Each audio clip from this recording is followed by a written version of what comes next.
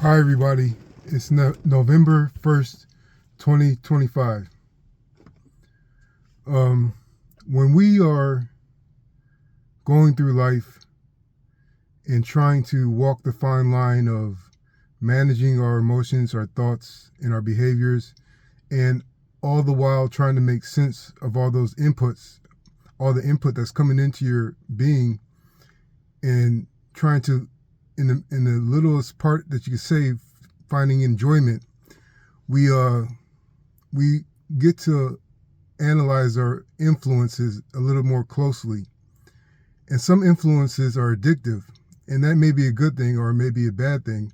But some influences are so addictive that we forego our judgment in order to um, indulge and to heal from these addicting stimuli that we get. And usually, for 80% of the time, that is harmless, but it can become a problem when you think that you could rely totally on it, and the second that you do, things start to fall apart, and then you realize the mistake you made. But that doesn't mean that you still have lots of work to do to regain your footing where you were before and to move on again.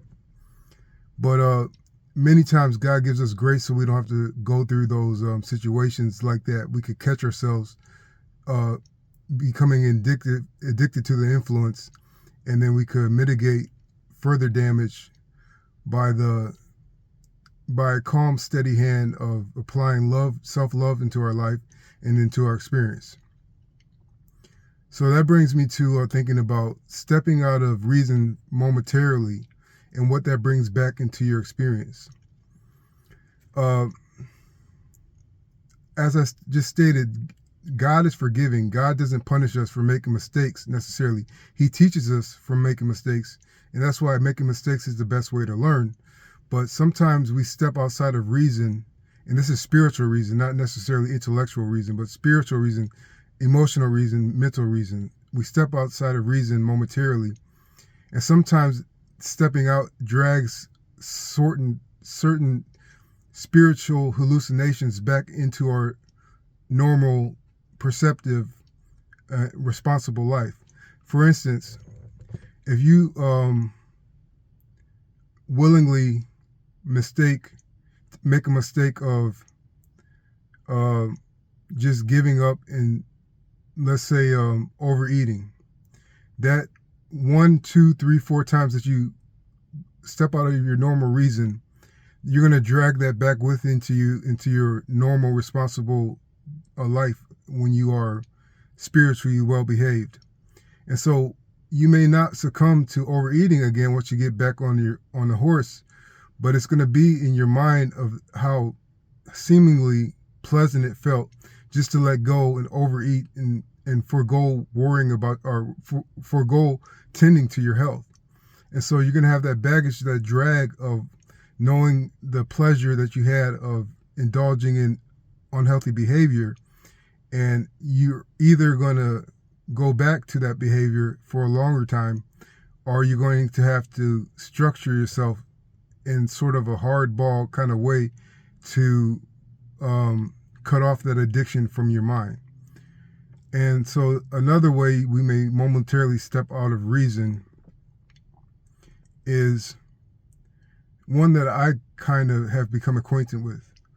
When I first discovered my love for God, I wanted to be a service to everyone, all of God's children. I wanted to give myself completely so I could give myself as a servant of God. And so I became overly nice. I became forgiving. I became helpful. I became a listener. And that all those things became good habits that I acquired through walking in my faith with God. But as a person, I stepped outside of my momentary spiritual reason, and I started to get frustrated by feeling taken advantage of, or by feeling I was being insulted because I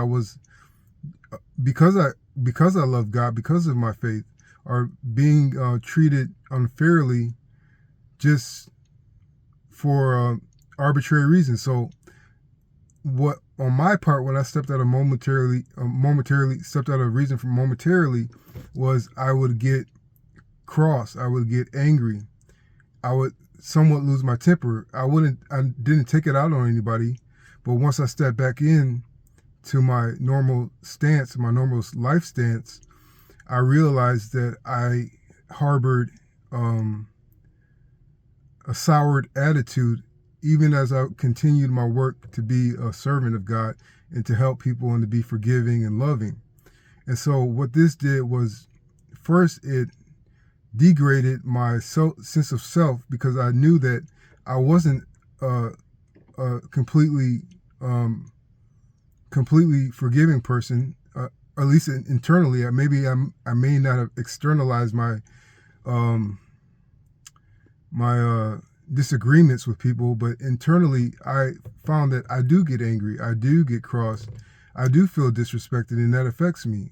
So how I dealt with that once I stepped back into the reason of my normal life is that I had to understand that I am a person and I'm going to have these feelings.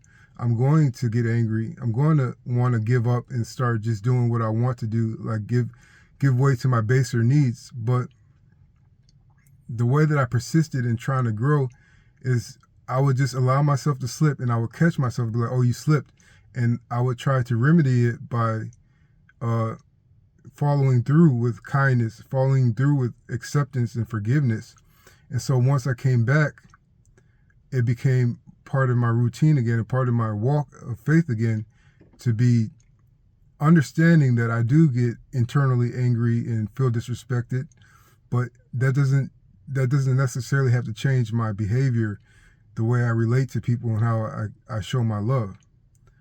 And so the crux of the situation is that once you step outside of your path, you're going to bring stuff back with you. If you ever get, well, you will get back on the path eventually, but once you get back, you're going to bring stuff with you, and you're going to have to come to a point where you're either going to want to continue on the right path that you set forth, that you know that's the right path for you, or you're going to have to fight and come to a realization with the lapse of reason, and you're going to have to internalize